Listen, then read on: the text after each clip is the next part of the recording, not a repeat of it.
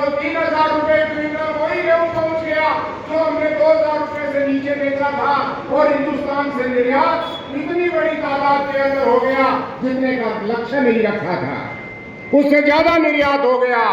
आज सरसों जब हमारी बाजार में आने वाली है, पाम ऑयल दुनिया से मंगाया जा रहा है। जब हमारी ये सरकार, केंद्र की सरकार हिंदुस्तान के किसान की कमर को तोड़ने के लिए, जिससे वो अपनी जमीन जो है वो बेचने के लिए मजबूर हो जाए, हर तरीके से हमला कर रही है।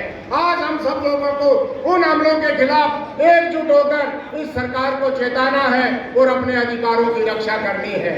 साथियों, ये सरसों की फसल आई है, निश्चित रूप से हमारे क्षेत्र में खराबा हुआ है, परंतु केंद्र सरकार के जो खराबा संबंधी नियम है उनके अंदर लिखा है कि किसान के खेत में 33% नुकसान हो।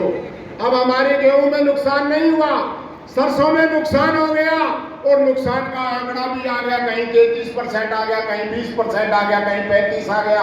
अगर एक किसान के पास 10 बीघा कृषि भूमि है और उसका नुकसान इसमें अगर 50% भी दिखा दिया सरसों के अंदर, और उसके 5 बीघा सरसों और 5 बीघा अगर गेहूं है, तो वो 25% आएगा, उसको किसी प्रकार का मुआवजा नहीं मिलेगा।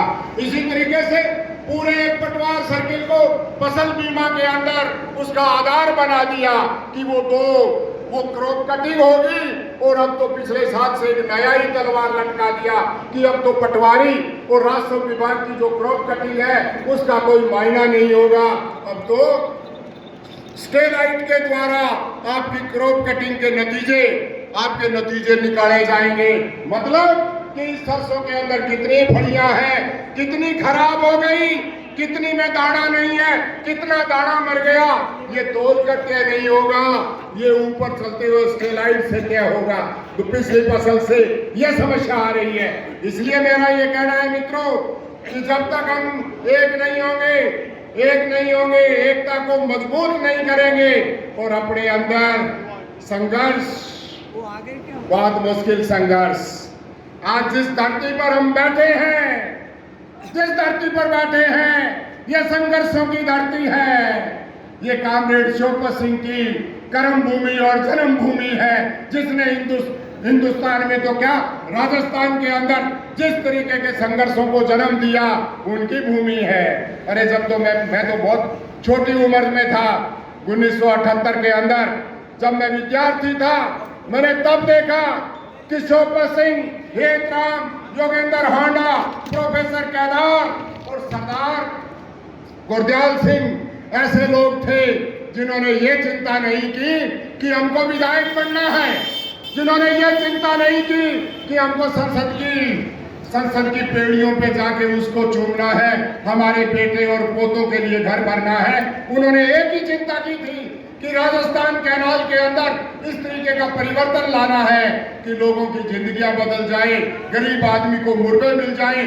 1969 और 70 का किसान आंदोलन, जिसने 1 लाख भूमिहीनों को मुर्गे दिलवाए, ये वो भूमि है।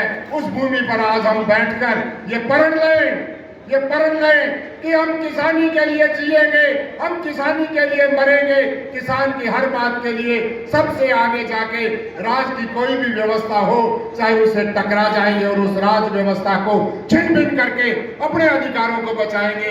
इसलिए मित्रों, अभी बहुत कुकर मुद्दे आएंगे, अभी चुनाव आ रहे हैं, बहुत आएंगे, क्योंकि आजकल बड़ी बड़ी गाड़ियां आ रही है, 500 का गाड़ियों के काफिले आ रहे हैं। वो उन दिनों में नहीं आए थे जब हमारा किसान इस कड़कड़ाती ठंड में दिल्ली के पास में बिना छत के सो रहा था।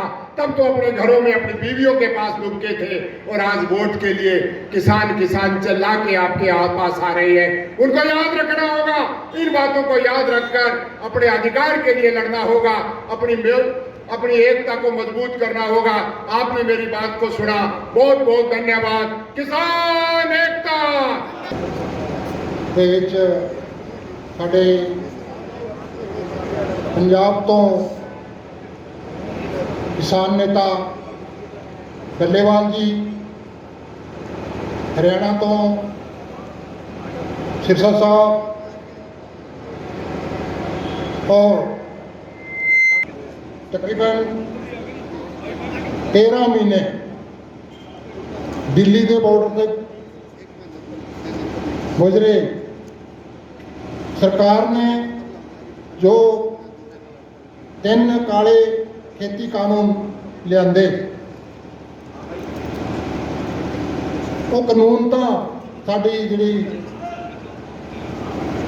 ਕਿਸਾਨ ਜਥੇਬੰਦੀਆਂ ਪੰਜਾਬ, ਹਰਿਆਣਾ, ਰਾਜਸਥਾਨ ਸਾਰੇ ਦੇਸ਼ ਨੇ ਹੀ ਸੰਘਰਸ਼ ਕੀਤਾ,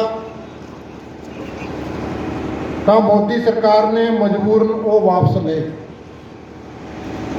ਪਰ ਕਾਨੂੰਨ ਤਾਂ ਵਾਪਸ ਲੈ ਲਏ, ਫਿਰ ਵੀ ਇਹ ਸਰਕਾਰ ਕਿਸਾਨਾਂ ਨੂੰ ਕਿਸੇ न ਕਿਸੇ ਤਰੀਕੇ ਨਾਲ ਤਸੀਹੇ ਦੇ ਰਹੇ ਹੈ। ਜੋ ਮੰਗਾਂ ਬਾਕੀ ਰਹਿੰਦੀਆਂ ਸੀ ਉਹਨਾਂ ਦੇ ਵਿੱਚ ਜਿਹੜਾ MSP ਹੈ ਉਹਦੀ ਕਮੇਟੀ ਬਣਾਈ ਹੈ, ਉਹਦੇ ਵਿੱਚ ਸਾਡੀ ਕਿਸਾਨ ਜਥੇਬੰਦੀ ਦਾ ਕੋਈ ਵੀ ਨੁਮਾਇੰਦਾ ਨਹੀਂ ਲਿਆ।